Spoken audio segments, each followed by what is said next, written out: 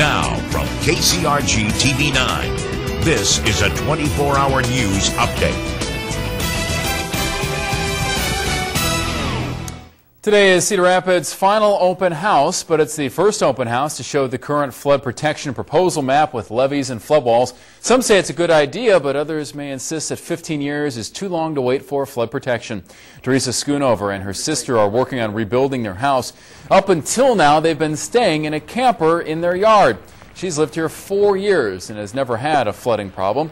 Being 11 blocks away from the Cedar River, she never thought she would have a problem, but now that it's happened once, she's worried that it could happen again. I'm rebuilding my house. Am I going to do it again next year? You know, I'm not going to do it.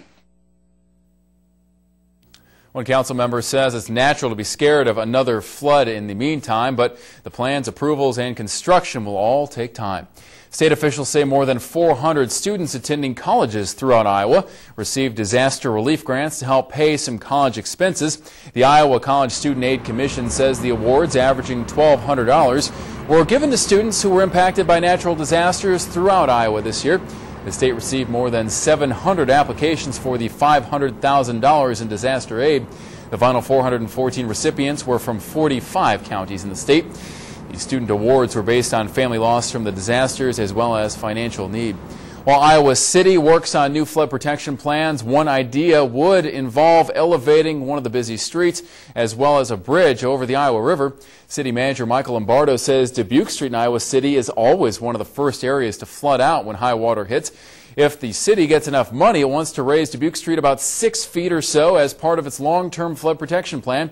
The Park Road Bridge would also be on a to-do list. The city says it should know in 6 or 7 weeks how much money it will receive to help with the flood protection plan. Once officials have a budget in place, they will outline a strategy and offer it up to the community and to the city council for final approval. The cost to repair 2 flood-damaged bridges in Black Hawk County is nearly $4 million. These 2 bridges are part of the Cedar Valley Nature Trail, and the bridges were damaged in the June flood as well. One bridge is at McFarland Park near LaPorte City. The other is at Evansdale. The firm Shuck Britson estimates about $1.8 million each for bridge repairs. Federal dollars are expected to cover about 90% of that cost. In a tight economy, many corporations and companies are scaling back where they can, but we've learned 400 to 500 new jobs may be coming to Cedar Rapids soon. The APAC Telecommunications Company will pay most of the workers between $12 and $14 an hour for employment. They'll work in this downtown building formerly owned by APAC. The company agreed to expand here after the City Council agreed to give it what essentially amounts to a $96,000 grant. City Council members said they're excited to see more jobs coming downtown. It's definitely a priority. I mean, it's even in our vision statement is talking about a vibrant downtown, and part of a vibrant downtown is definitely having jobs. Many council members were reluctant to approve the $96,000 grant last night because the jobs are not high-paying. Yet the council eventually voted in favor of the proposal because of the economic situation and recent job cuts at employers such as Whirlpool. Now we go to meteorologist Lance Ryan for an update on your first alert forecast.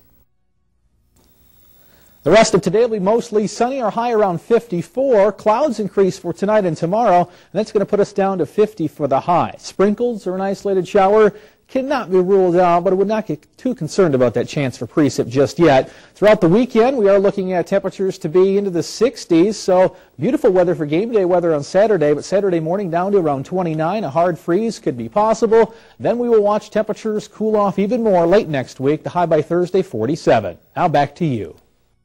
That's our report for right now. Be sure to watch KCRG TV 9 and log on to our website, kcrg.com, for complete coverage of all the day's top news stories.